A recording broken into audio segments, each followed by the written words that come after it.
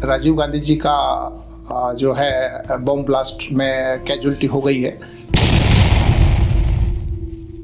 तब उस समय मैं दिल्ली में था, तो हम लोग पालम एयरपोर्ट दिल्ली में सेंट्रल के पास में है, वहाँ गए। जो उनका जो पार्थिव शरीर था वो कई हिस्सों में था। सैल्यूट है सर आपको। आपने एक तरफ अपनी ड्यूटी भी निभाई और जहाँ आपको मानवता दिखी वहाँ आपने मानवता भी निभाई। हम देख रहे हैं कि एकदम आज जो हिंदुस्तान है सीधे अटैक करने पे बिलीव करता है। एक सोल्जर जो है अपने बॉडी के ऊपर करीब 38 किलो का वजन लेके चलता था। एक कंधे से बंदूक को उतार के दूसरे कंधे पर कैमरा। अब मैं आपको फौजी ना पुकारते हुए मैं अब आपको पुकारूंगा मास्टर जी। पिछले साल फरवरी में मैंने मास्टर जी की कहानी लिखी।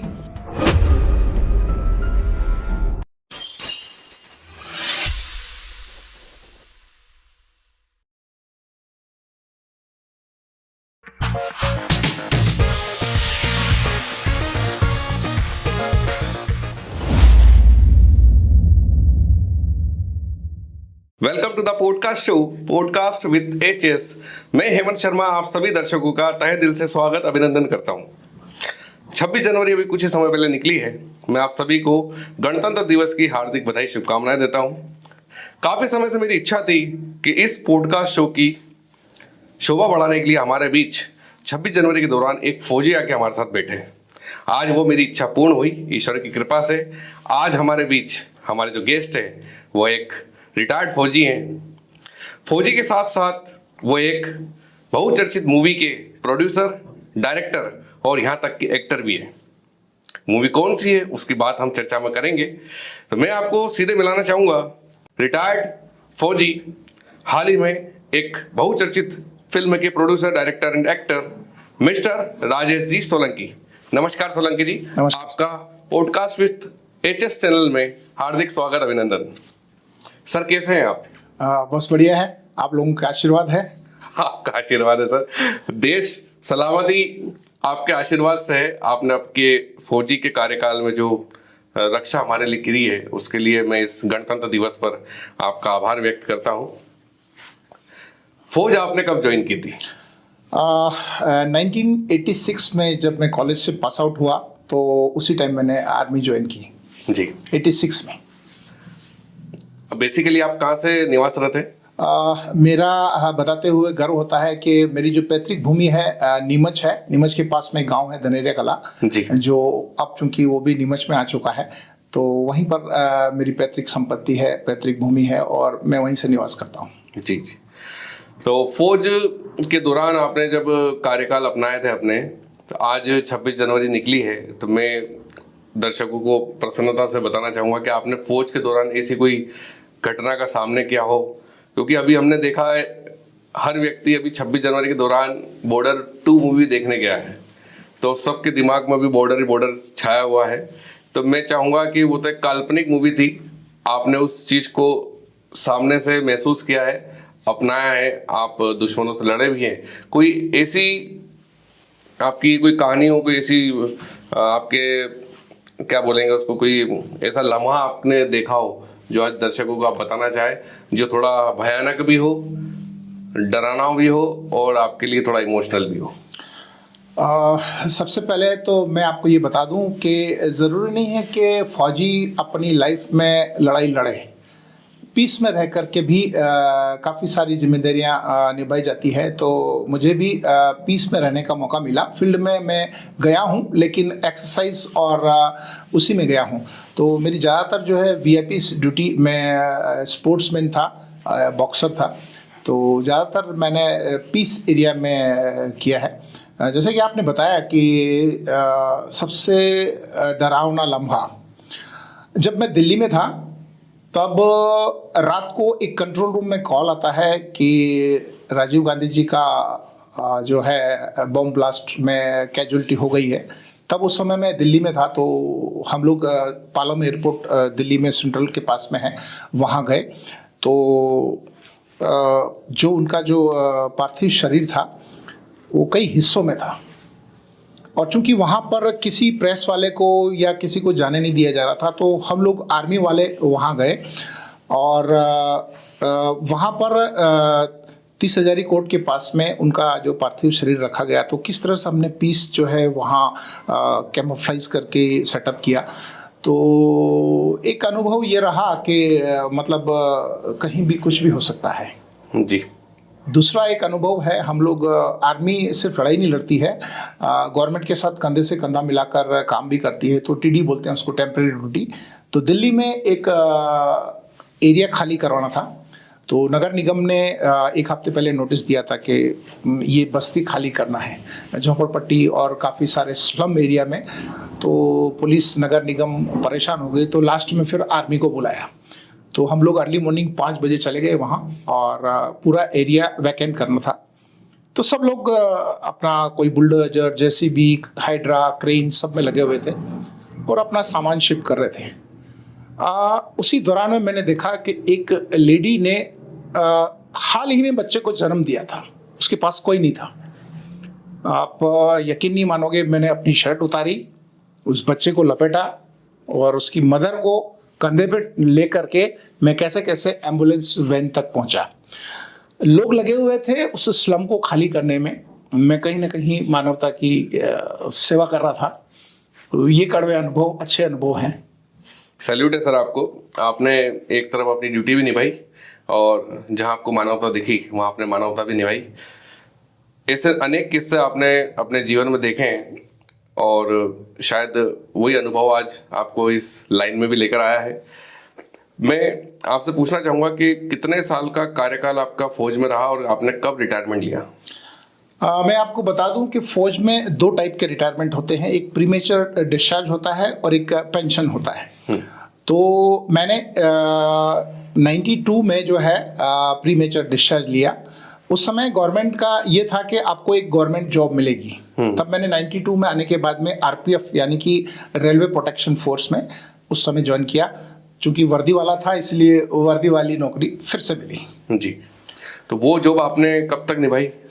वो जॉब जो है मैंने एएसआई थे, मैं फुल इंस्पेक्टर तक उसमें निभाई। उसके बाद में फिर कॉर्पोरेट सेक्टर में एज ए सिक्योरिटी एक्सपर्ट जो है मैंने काम किया। और 2 महीने पहले ही मैंने सेवानिवृत्त हुआ हूँ। अभी 2 महीने पहले? हाँ, अभी जस्ट 2 महीने पहले ही मैं सेवानिवृत्त हुआ हूँ। जी। तो मैंने फोर्स की नौकरी भी की है और कॉर्पोरेट की भी नौकरी की है। जी जी सर, मैं आपसे एक बात पूछना चाहूँगा क्योंकि आपने वो दौर देखा है, शायद सन 86 में तो मेरा जन्म ही नहीं हुआ, तो मैं तो 86 में जन्मा हूँ, 87 में जन्मा हूँ सॉरी। तो मैं आपसे पूछना चाहूँगा उस काल में और आज के काल में आपको क्या अंतर दिखता है? उस समय जो गवर्नमेंट की पॉलिसीज चलती थी, आज जो गवर्नमेंट की पॉलिसीज चल रही है, हम देख रहे हैं कि एकदम आज जो हिंदुस्तान है सीधे अटैक करने पे बिलीव करता है, ना कि डिफेंस में। तो इस पे आप क्या कहना चाहेंगे? उस समय फिजिकल ज़्यादा था, टेक्नोलॉजी कम थी। फॉर एग्जांपल मैं बताता हूँ कि एक सोल्जर जो है अपने बॉडी के ऊपर करीब 38 किलो का वजन लेके चलता था। आपका पिट्ठू है, आपकी राइफल है, आपके पोचेस हैं, आपके अम्युनिशन है, काफ़ी सारा। तो आपको लड़ाई तो लड़ना है, 38 किलो वजन भी आपको साथ में लेके चलना है। आज ज़माना थोड़ा बदल चुका है, टेक्नोलॉजी आ चुकी है और फिज़िकल जो हमारे ज़माने में था 86 में जो मैं आपको बता दूं कि मैं जब नासिक में सबसे हार्ड ट्रेनिंग मानी जाती है, 86 में जब मैं ट्रेनिंग करके पास आउट हुआ तो मेरे घर वालों ने मुझे पहचाना नहीं, क्योंकि मेरे शरीर से कई जगह से चमड़ा उतर चुका था। इतनी हार्ड ट्रेनिंग हम लोग ने ली है। लेकिन आज कहीं ना कहीं आज के जो यंगस्टर हैं, एजुकेशन लेवल हाई है और उतना फिजिकल नहीं है, टेक्नोलॉजी काफ़ी आ चुकी है। तो ये फ़र्क है। सर, आपने एक लंबा अरसा फौज में रहकर निभाया है और आपने बॉर्डर पे जो सेवा करी है वो बिल्कुल सराहनीय है। अचानक से एक कंधे से बंदूक को उतार के दूसरे कंधे पर कैमरा रखने का एक हुनर आपने कैसे अपनाया? जब मैं सिविल में आया तो मैंने देखा कि सोशल मीडिया का दौर है, चारों तरफ सोशल मीडिया का बोलबाला है और चूंकि फौजी आदमी का थोड़ा हाथ तंग होता है उसमें, टेक्नोलॉजी को जल्दी से अडॉप्ट नहीं कर पाते हैं। तो मैंने कोविड के टाइम से सोशल मीडिया के साथ मैं जुड़ा, और उस समय जो है टिकटॉक चलता था, तो हम लोग रील्स वगैरह बनाते थे। फिर किसी ने मुझे बोला कि आपकी आवाज़ बहुत अच्छी है, तो फिर मैंने राजवंश क्रिएशन करके एक अपना चैनल यूट्यूब पर मोनेटाइज किया, और उसमें जो है मोटिवेशनल स्टोरीज मैं बनाता था। फिर इस तरह से कारवां चलता रहा। करीब 2 साल के बाद में फिर मैंने राजवंश क्रिएशन व्लॉग की शुरुआत की, जिसमें मैं हिंदुस्तान के हर कोने में जाकर वहाँ की संस्कृति, वहाँ की परंपरा और वहाँ के रीति रिवाजों को अपने व्लॉग के माध्यम से दर्शकों तक पहुँचाता था। जी, सोशल मीडिया में आप एकदम से आपने कदम रखा, और आपने कहा कि अभी रिटायरमेंट भी आपका 2 महीने पहले ही हुआ है। तो सोशल मीडिया और आरपीएफ जैसी सर्विस या आपकी कॉर्पोरेट जैसी सर्विस, दोनों को एक साथ कैसे निभाया? इसमें क्या होता था कि जैसे मैं बात करूं फौज की, तो वहाँ जो भी है सच चलता है, जो दिखता है वही बोलता है। बराबर। मैं ये नहीं कहता कि कॉर्पोरेट में झूठ चलता है, लेकिन यहाँ थोड़ी सी पॉलिशिंग लैंग्वेज आ जाती है, आदमी को थोड़ा डिप्लोमेटिक होना पड़ता है। तो मुझे टाइम लगा, एक सख्त फौजी से एक सॉफ्ट इंस्ट्रक्टर बनने में टाइम लगा, और धीरे धीरे बैलेंस करके मैं यहाँ तक पहुँच पाया। जी, सोशल मीडिया में आपने अपनी जो व्लॉग्स बनाए हैं, जो भी आपने वीडियोस बनाए मोटिवेशनल, वो तो हमने देखे ही हैं, बहुत अच्छे हैं। लेकिन हाल ही में आपने वो कर दिखाया जो शायद एक फौजी रहते हुए करना बहुत मुश्किल था। आप कह रहे थे कि मेरी आवाज़ ऐसी है, मैं वैसा हूँ, मैं कर पाऊँगा नहीं कर पाऊँगा, लेकिन आपने जो सफलता का परचम आज लहराया है, आपकी जन्मभूमि शायद नीमच रही है, और वहीं से आपने एक नए दौर की शुरुआत करी। एक फिल्म इंडस्ट्री में आपने अपना कदम रखा, और कदम भी इस प्रकार रखा, आपने 3 किरदार उसमें निभाए। आप उसके डायरेक्टर रहे, आप उसके प्रोड्यूसर रहे, और यहाँ तक कि आप एक्टर भी रहे। मैं बात कर रहा हूँ आपकी बहुचर्चित मूवी मास्टर जी की। अब मैं आपको फौजी ना पुकारते हुए मैं अब आपको पुकारूंगा मास्टर जी। तो मास्टर जी, एक मूवी बनाने की सोच आपके दिमाग में कब जन्मी? जैसा कि मैंने आपको बताया कि मैं सोशल मीडिया से पहले से जुड़ा हूँ, तो कहीं ना कहीं समाज में जो कुरीतियाँ हैं, या जो काफ़ी एरिया ऐसे हैं जहाँ पर इम्प्लीमेंट की ज़रूरत है, तो मैं कहीं ना कहीं देख के विचलित होता था। तो मेरे दिमाग में था कि जब भी कभी अगर मैं प्रोडक्शन लाइन में जाऊँगा और अगर फिल्म बनाऊँगा, तो बेटी शिक्षा के ऊपर मैं ज़रूर फिल्म बनाऊँगा। तो यही सोचते सोचते पिछले साल फरवरी में मैंने मास्टर जी की कहानी लिखी। करीब 2 महीने मुझे लगे कहानी लिखने में, और उसके बाद चूंकि नीमच मेरी पैतृक भूमि है, तो मेरी इच्छा थी कि मैं अपनी पैतृक भूमि में ही ये फिल्म की शुरुआत करूं, ताकि वहाँ के जो लोकल कलाकार हैं उनको एक अच्छा प्लेटफॉर्म मिले, और कहीं ना कहीं मैं इस फिल्म के माध्यम से अपने गांव को भी जिंदा रखना चाहता था। जी। तो यही कारण है कि मास्टर जी की शुरुआत हुई। तो मास्टर जी की शुरुआत किस ग्रामीण क्षेत्र से हुई?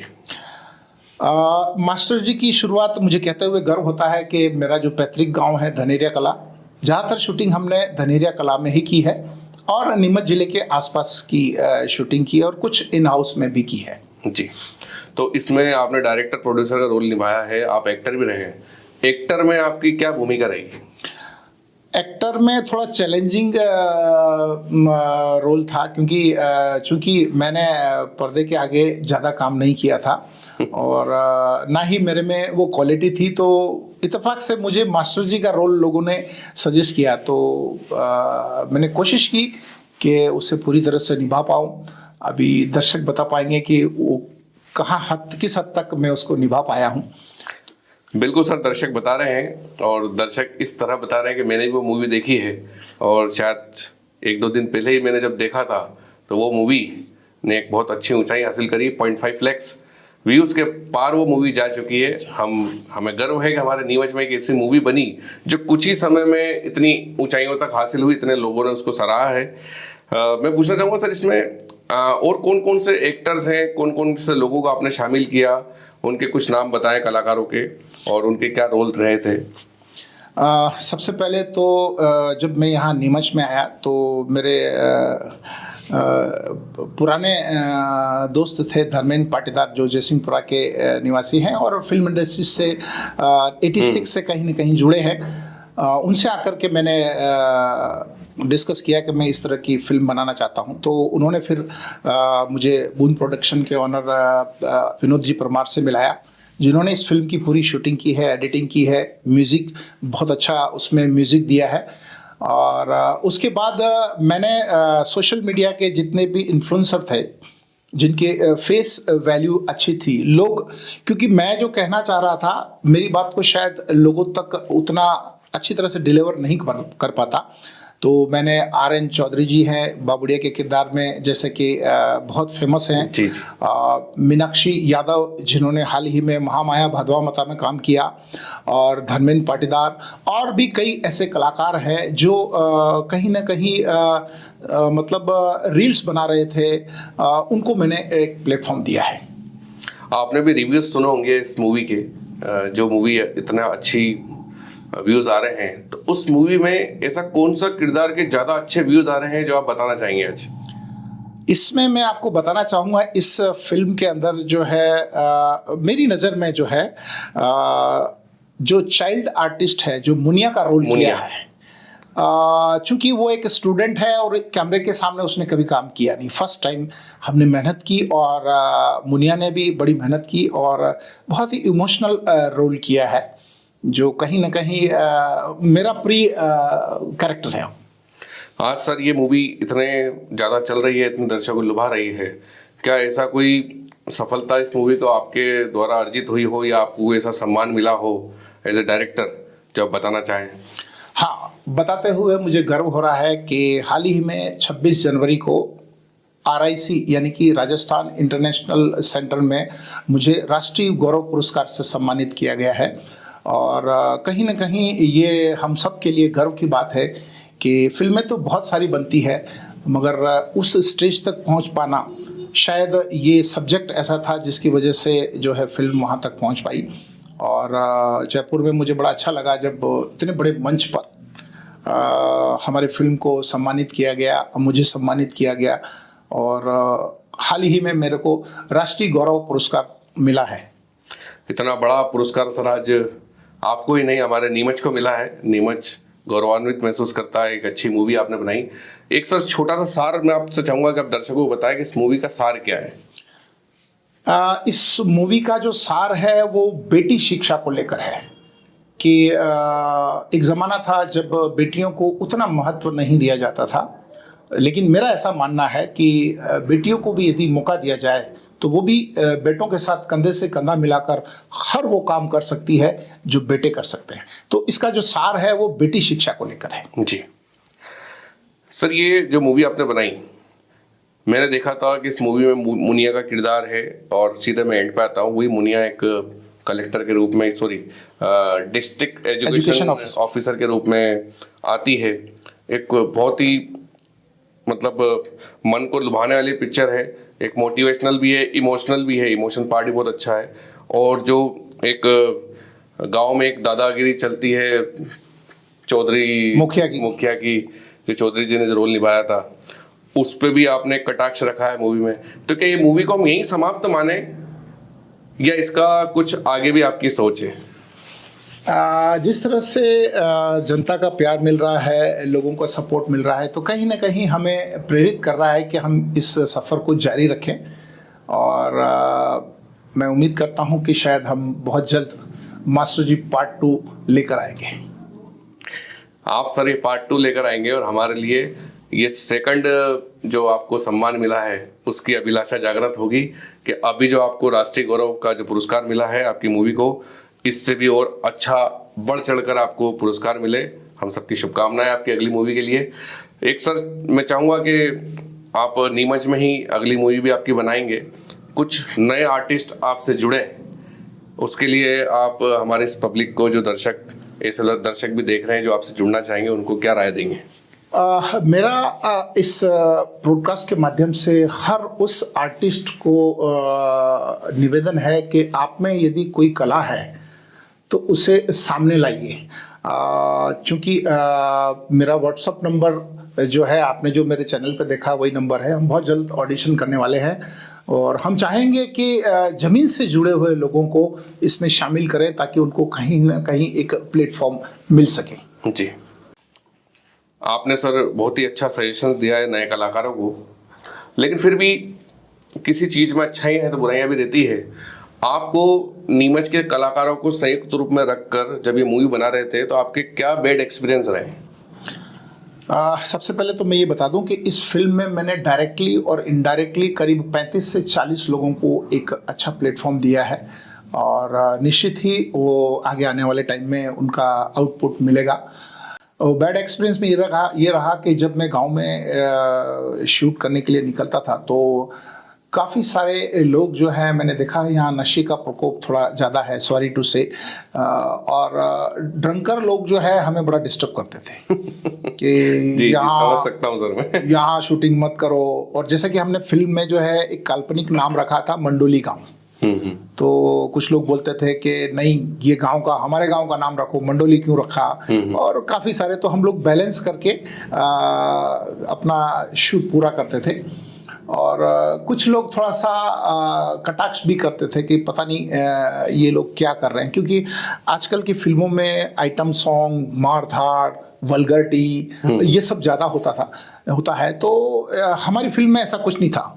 एक गरीब आदमी का, एक मजदूर आदमी का, ये सब हमने दिखाया। तो कहीं ना कहीं लोग जो है सोचते थे पता नहीं ये क्या कर रहे हैं और अगर ये पिक्चर बनेगी तो चलेगी या नहीं चलेगी। लेकिन जब ये प्रोडक्ट बनकर आया साहब, तो लोगों को पता लगा कि, और मुझे बड़ा अच्छा लगता है जब अभी मैं गांव में जाता हूँ ना तो छोटे बच्चे बोलते हैं मास्टर जी, मास्टर जी, मास्टर जी। तो कहीं ना कहीं एक मास्टर जिंदा हुआ है उसमें। बिल्कुल बिल्कुल, आपने निश्चित रूप से उस मूवी में भी एक मास्टर को जिंदा करा, क्योंकि उस मूवी में बताया गया कि वो मास्टर मर चुका था और आपने उस मूवी के माध्यम से वास्तविकता में भी खुद के जीवन में एक मास्टर को डेवलप किया है। सर, जब आप ये मूवी बना रहे थे, आपने जैसा अभी बताया कि ड्रंकर्स तो आपको परेशान करते ही थे, लेकिन मैं एक आम जनता की बात करूं, आप गांव में ये मूवी बनाते थे तो क्या ग्रामवासी आपके सपोर्ट में थे या अगेंस्ट में थे? नहीं, पहले 2-4 दिन जो है, फर्स्ट वीक में तो लोग कंफ्यूज थे और जहाँ भी हम कैमरा लेके जाते थे तो लोग अपने डोर क्लोज कर लेते थे और कहीं ना कहीं उनका कुछ रहा होगा तो सपोर्ट उतना नहीं करते थे। लेकिन जब बाद में धीरे धीरे लोगों को पता लगा कि कहीं ना कहीं शिक्षा के ऊपर, खास करके बेटी शिक्षा के ऊपर ये लोग फिल्म बना रहे, तो लोग हमें पानी पिलाते थे, कहीं कहीं हमें चाय ऑफर करते थे और पूरा सपोर्ट करते थे। तो धीरे धीरे चीज़ें आसान हो गई। इस मूवी में एक दो प्लेस है, एक तो एक स्कूल है, एक पुराना सा स्कूल आपने दिखाया है और एक बाद में एक अच्छा स्कूल दिखाया है। ये कौन सा स्कूल है? सबसे पहले तो मैं थोड़ा सा इसकी बैक हिस्ट्री में जाऊंगा। जब ये पिक्चर मैंने स्टार्ट की तो मैं चूँकि फौजी हूँ, डिसिप्लिन में रहना पसंद करता हूँ, तो चूँकि शिक्षा के ऊपर है तो मैंने सबसे पहले डिस्ट्रिक्ट एजुकेशन ऑफिसर से परमिशन ली कि sir with your kind permission मैं एक फिल्म बनाना चाहता हूँ। तो उन्होंने मुझे एक इंस्ट्रक्शन दिया कि आप थोड़ा मर्यादा का ध्यान रखना, बच्चों का जब एग्ज़ाम होता है तब डिस्टर्ब मत करना। तो मैंने ज़्यादातर जो शूट है वो संडे को किया है, सो दैट स्कूल उस दिन बंद रहता है। तो धनेरिया का एक आंगनवाड़ी स्कूल को हमने लिया है और जो खराब स्कूल दिखाया है वो एक्चुअली हमने मेरे रेजिडेंस में इन हाउस क्रिएट किया है। जी। तो अदर वे में ना ले। और जो अच्छा स्कूल दिखाया है तो बगाना में पटेल कॉलेज है, तो अच्छा इंग्लिश मीडियम स्कूल है। तो वहाँ पर जो लास्ट का जो सीन है, जो क्लाइमेक्स है, हमने वहाँ क्लोज किया है। जी। तो सर, बहुत अच्छी बातें आज आपके साथ हुई है। मतलब मैं पहले स्टार्टिंग में सोच रहा था कि एक फौजी व्यक्ति मेरे सामने बैठा होगा तो मेरी आवाज़ भी खुलेगी नहीं खुलेगी, लेकिन आपके जो 3 स्वरूप मैंने आज आप में देखे, एक फौजी का देखा, एक एक्टर जो देख ही रहा हूँ, और एक उनसे भी अच्छा जो आपका मैंने देखा बिहेवियर, एक मानवता जो नेचर है आपका, उसको देखते हुए मुझे आपसे बात करने में सरलता महसूस हुई। और आज आपने अमूल्य समय निकालकर हमें ऐसा सौभाग्यशाली बनाया है कि आप के कदम इस पॉडकास्ट में रखें। एक फौजी जब हमारे बीच में आता है तो हमें गौरव महसूस होता है। तो आज आप हमारे बीच बता रहे हैं। मैं चाहूँगा जब इसका पार्ट 2 रिलीज़ होगा उसके दौरान हमारी फिर से मुलाकात होगी। दर्शकों के बीच हम फिर से एक नए जुनून के साथ आएंगे। मैं तब तक के लिए आपसे धन्यवाद चाहता हूँ। इस पॉडकास्ट को यहीं विराम देते हैं। आपका यहाँ पधारने पर बहुत बहुत धन्यवाद। जय हिंद। जय हिंद। तो देखा आपने साथियों, एक फौजी किस तरह से डायरेक्टर, प्रोड्यूसर और एक्टर बनता है और एक ऐसी मूवी का निर्माण करता है जो शिक्षा से ओतप्रोत है, जो हमें एक मोटिवेशन देती है और ग्रामीण क्षेत्रों को शिक्षा देती है कि बच्चों को अच्छी शिक्षा प्रदान करें, उन्हें एक बड़ा आदमी बनाएं। मैं दावे के साथ कह सकता हूं कि ये मूवी बहुत अच्छी चली है और बहुत अच्छी चलेगी। जिस प्रकार से राष्ट्रीय गौरव पुरस्कार से सम्मानित ये मूवी हुई है, आगे जाके ये मूवी और नया आयाम हासिल करेगी, इससे हमारी शुभकामना है। आपने हमारी इस बात को यहाँ तक सुना, आप सभी दर्शकों का हार्दिक हार्दिक आभार। मिलते हैं अगले पॉडकास्ट में, तब तक के लिए धन्यवाद।